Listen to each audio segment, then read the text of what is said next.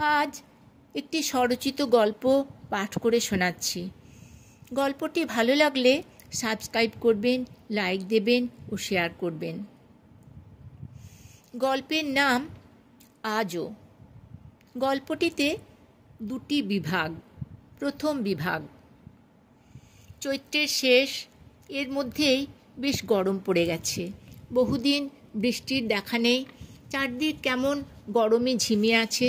গাছগুলো তৃষ্ণায় কাঁদছে, মানুষগুলো বড় আশায় আশায় দিন গুনছে। অথচ সূর্যদেব সারাদিন তাঁর রাজ্যপাট চালিয়ে যাচ্ছেন বেশ বহাল তবিয়তে। রাতের আকাশও ঝকঝকে, তারায় ভরা। সারাদিনের তাপদাহে দগ্ধ মাটি রাত্রেও তার তপ্ত নিঃশ্বাস ফেলছে। স্বস্তি নেই মানুষের মনে, স্বস্তি নেই প্রকৃতির শুষ্ক দেহে। এখন দুপুর গড়িয়ে বিকেলের সামনে দাঁড়িয়ে দেবা শুয়েছিল কিছুক্ষণ।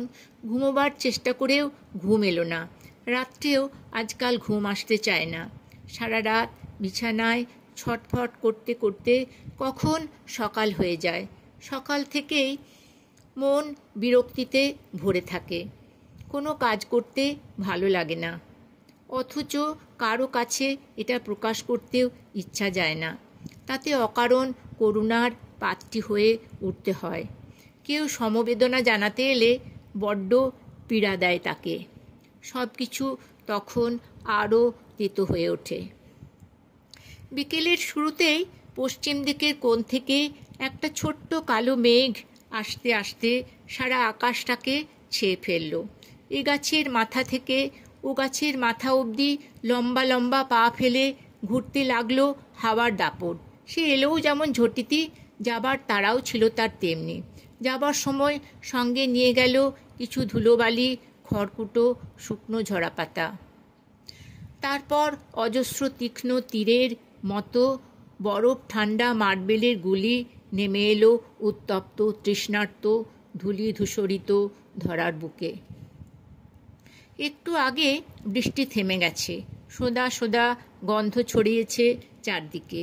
এমন মন আকুল করা গন্ধে রেবার মনটা তৃপ্তিতে ভরে গেল নিমেষে। রাস্তায় আধ হাঁটু জল জমেছে। নদীর স্রোতের মতো বয়ে যাচ্ছে একদিক থেকে আর একদিকে।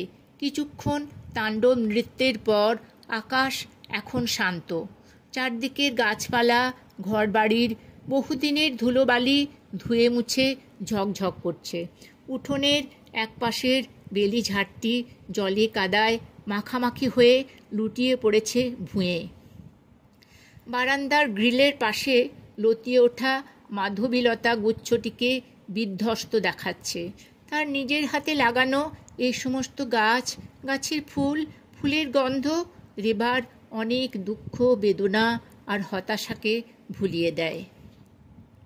রেবা গাছগুলির পরিচর্যা করতে বসল সযত্নে। কখন সন্ধে হয়ে গেছে রেবার খেয়াল নেই। চমক ভাঙল মায়ের কণ্ঠস্বরে। মা সন্ধে দিচ্ছেন প্রদীপ হাতে। রেবার শাড়ির আঁচল কখন মায়ের শুদ্ধতাকে অপবিত্র করে দিয়েছে সে জানে না। মা থমকে দাঁড়িয়ে পড়লেন। হালকা বিরক্তিরেখা ফুটে উঠল তার মুখে। বললেন, এখনও তোকে এসব শেখাতে হয় মা?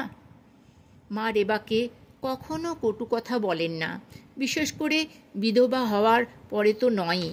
তবু এখনও কথাটি রেবার বুকে গিয়ে বিঁধল। এই মতো উচিত অনুচিতের কথা মা, কাকিমা, জ্যাঠাইমারা স্মরণ করিয়ে দিচ্ছেন অহরহ। তবুও রেবার খেয়াল থাকে না। এই তো সেদিন ছিল একাদশী। রেবা একদম ভুলে গেছিল। মায়েরও খেয়াল ছিল না। যখন খেয়াল হলো তখন রেবা একাদশীর উপবাস ভঙ্গ করে ভাত খেতে বসে গেছে। মায়ের তো মূর্ছা যাওয়ার মতো অবস্থা। বাড়িতে একটা শোকের ছায়া নেমে এলো যেন। রেবা বিধবা। 3 বছর হলো বৈধব্যের ছাপ পড়েছে তার শরীরে। একটি গণ্ডির মধ্য দিয়ে তাকে চলতে হয়।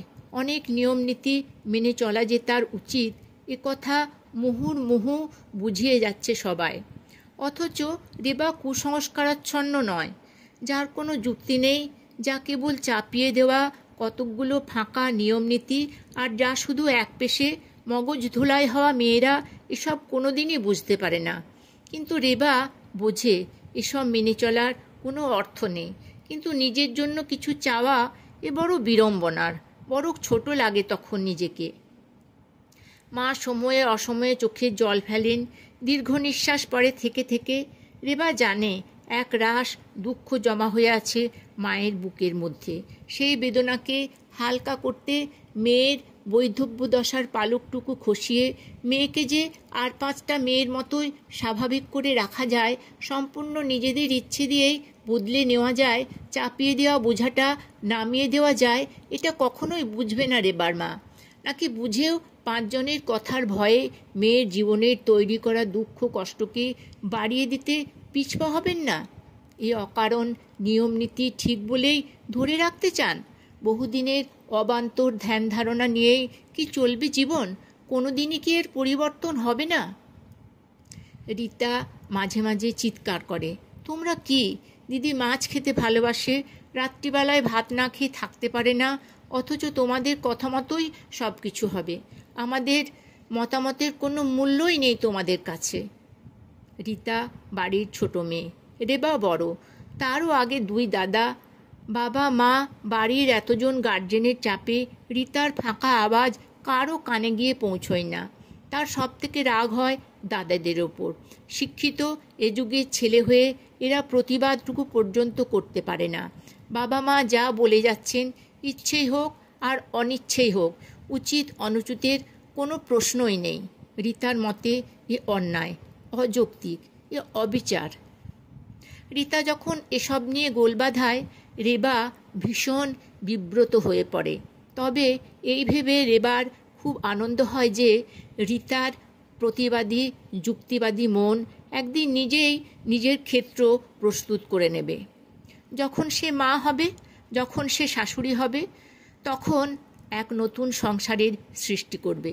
সেখানে থাকবে না কোনো সংঘাত, কোনো দুঃখ মোচনের নিষ্ফল বিলাপ, মায়া কান্না। রেবা রীতার চেয়ে 4 বছরের বড়। রীতা এবার বিয়ে পাশ করল। সেদিন হঠাৎ দিদিকে বলল, দিদি দেখ, আমি যে বড় হয়েছি, আমার কথারও যে একটা গুরুত্ব আছে, এটা এরা মানতে চায় না। জমে ওঠা ক্ষোভগুলো ঝরতে ঝরতে একসময় হাউ হাউ করে কেঁদে ওঠে। বলে, তুই কিছু বলিস না কেন রে দিদি? আমি তো জানি তুই এসব কোনোদিনই প্রশ্রয় দিসনি, তবে আজ কেন নিজের বেলায় মুখ বুজে মেনে নিচ্ছিস? কিছু কিছু কাণ্ড এদের এমনই হাস্যকর যে রীতা না হেসে পারে না। জামাইবাবু মাছ মাংস খেতে খুব একটা পছন্দ করতেন না, কিন্তু মিষ্টি খেতে ভীষণ ভালোবাসতেন।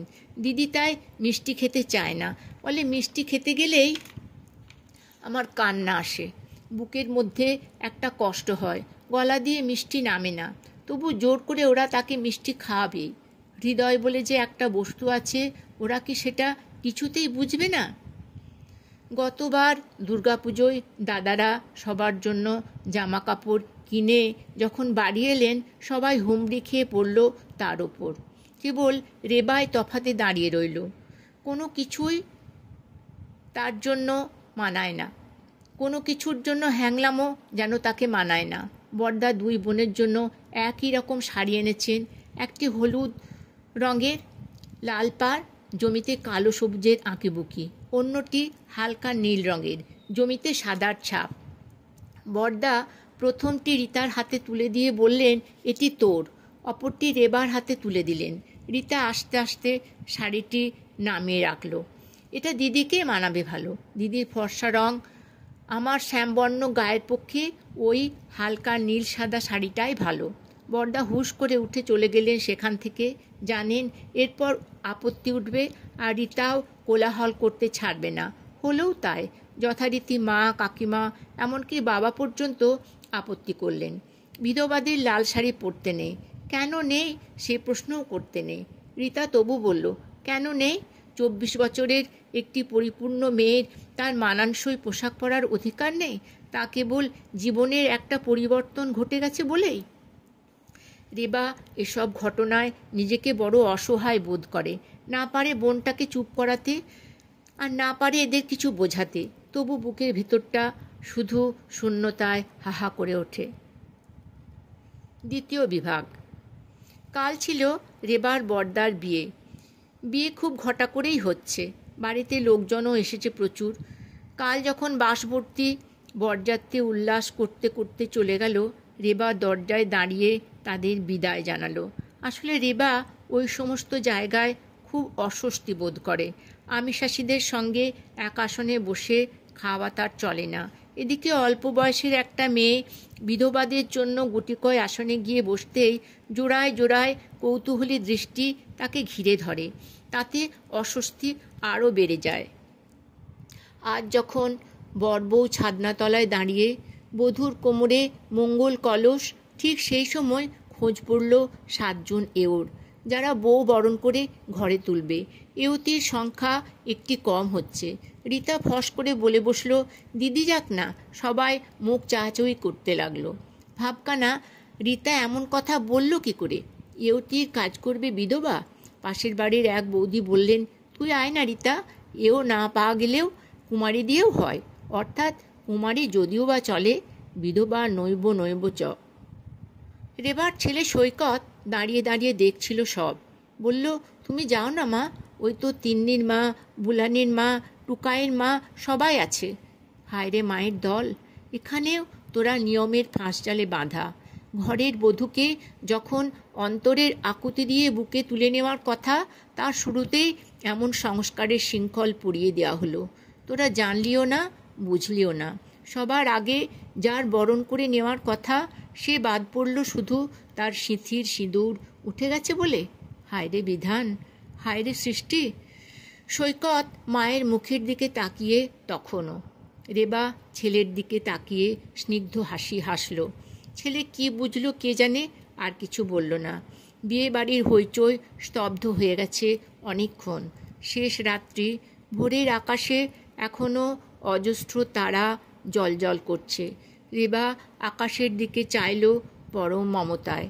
বেলি গাছে শুভ্র বেলির হালকা মিষ্টি গন্ধ রেবাকে এক অসীম ভালো লাগায় ভরিয়ে তুলছে।